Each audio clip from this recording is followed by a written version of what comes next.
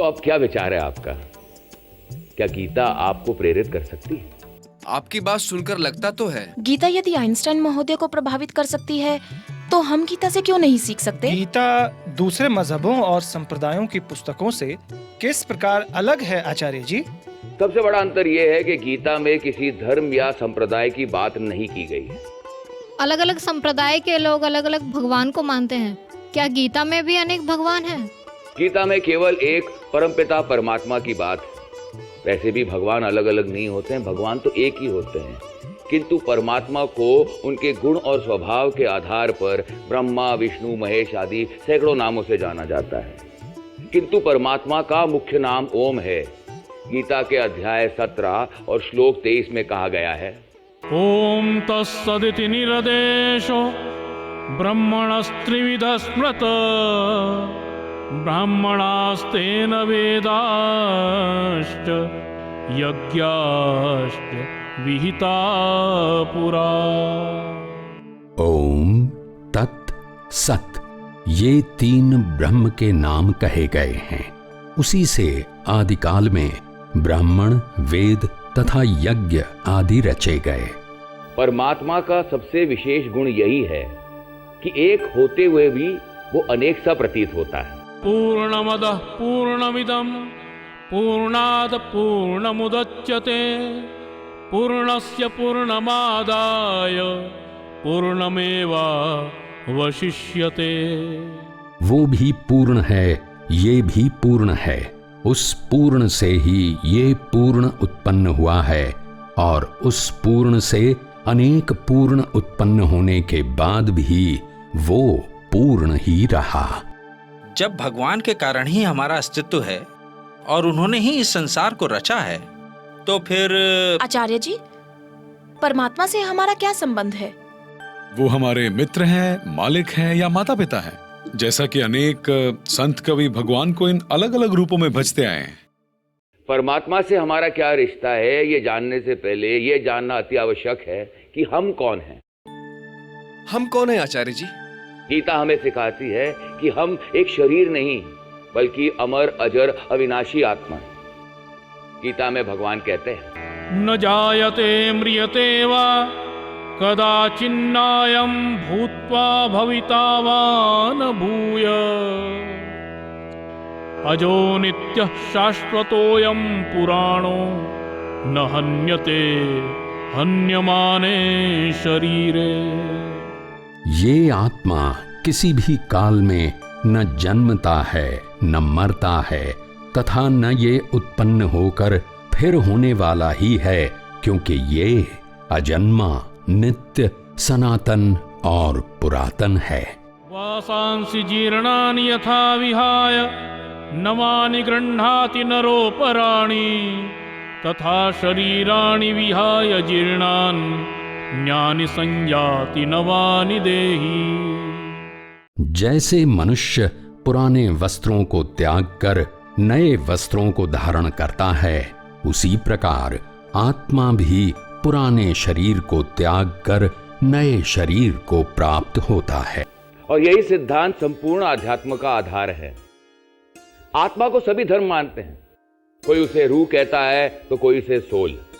अब बात रही हमारे और परमात्मा के संबंध की, तो गीता में स्वयं भगवान कहते हैं, ममेवांशो जीवलोके जीवभूत सनातनः मनः षष्ठानि इंद्रियाणि प्रकृतिस्थानि कर्षति।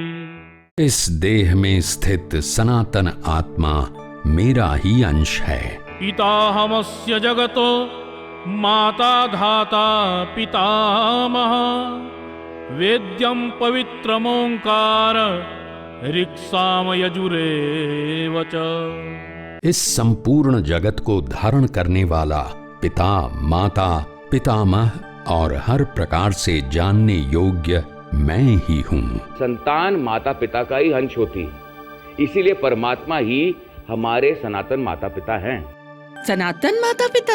हाँ, सनातन अर्थात सर्वयोनिषु कौन्तेय मूर्तयः सम्भवन्ति याः तासां ब्रह्म महद्योनि अहम बीज प्रदः पिता। हे अर्जुन, सभी योनियों में जितने भी शरीरधारी प्राणी पैदा होते हैं, प्रकृति तो उन सबकी माता है और मैं बीज को स्थापित करने वाला पिता हूँ। बीजं मां सर्वभूतानां विद्धि पार्थ सनातनम। बुद्धिर्बुद्धिमतामस्मि तेजस्तेजस्विनामहम्। हे अर्जुन, तू संपूर्ण प्राणियों का अनादि बीज भी मुझे ही जान। इस शरीर के माता पिता हर जन्म में बदल जाते हैं। आप जिस योनि को प्राप्त होंगे उसी योनि के माँ बाप मिलेंगे। लेकिन परमात्मा क्योंकि सबके माँ बाप हैं, इसलिए हम किसी भी योनि में हों, हमारे असली माँ बाप परमपिता परमात्मा ही हैं। क्योंकि सब आत्माएं उसी की संतान हैं। हमारी योनि कोई भी हो, जड़ प्रकृति से हमारा शरीर बनता है और परमात्मा उसमें चेतन जीवात्मा रूपी जीव स्थापित करते हैं। इसीलिए वो हमारे सनातन पिता हैं। परमात्मा से हमारा क्या रिश्ता है, क्या ये आप सभी को स्पष्ट हो गया है? जी आचार्य जी, परमात्मा से हमारा संतान और पिता का संबंध है। और प्रकृति हमारी माता है जो हमें स्थूल शरीर देती है। जो माता प्रकृति की गोद में हम सब चेतन जीवों को एक बीज रूप में स्थापित करते हैं। परमात्मा हर परिस्थिति में हमसे प्यार करता है। वो हमारा साथ कभी नहीं छोड़ता। ये एक कहानी के माध्यम से समझा जा सकता है। एक आदमी और उसका बेटा साथ में रहते थे। बेटे का पालन पोषण पिता ने ही किया। धीरे धीरे बेटा बड़ा हुआ और एक दिन बेटे ने यह निश्चय किया कि वो घर छोड़ के चला जाएगा। जब उसके पिता ने उसे रोकने की कोशिश की और बड़ी धीरे से उसका हाथ पकड़ा तो बेटे ने गुस्से से उस हाथ को झटका। पिता जमीन पर गिर गए, लेकिन बेटा नहीं रुका। बेटा घर छोड़ के चला गया। बाहर रहकर बेटा बहुत बीमार हो गया। उसने अनेकों कष्ट झेले। जब और सहन नहीं हुआ, उसने घर वापस आने का मन बनाया। उसके मन में बहुत सवाल थे, प्रश्न थे, संकोच था कि कहीं वापस लौटा और पिताजी ने उसे घर में नहीं लिया तो क्या होगा। इन सारे सवालों के साथ वो घर की तरफ बढ़ा। घर के नजदीक पहुंचा तो देखा कि घर का दरवाजा खुला हुआ है। आधी रात का समय था। उसका मन आशंकित हो गया। क्या वो ये सोचने लगा कि इतनी रात गए घर का दरवाजा खुला क्यों है। घर के नजदीक पहुंचा तो देखा कि घर के दरवाजे पर उसके पिताजी खड़े थे। अपने बेटे को देखकर पिता तेजी से उसकी तरफ दौड़ा और उसे अपने गले से लगा लिया।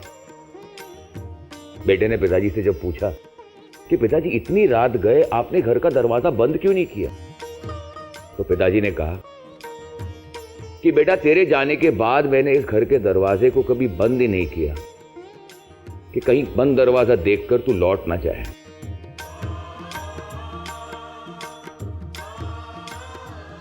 तो वो परमपिता परमात्मा जो सभी पिताओं का पिता है, वो अपने घर के दरवाजे हमारे लिए कैसे बंद कर सकता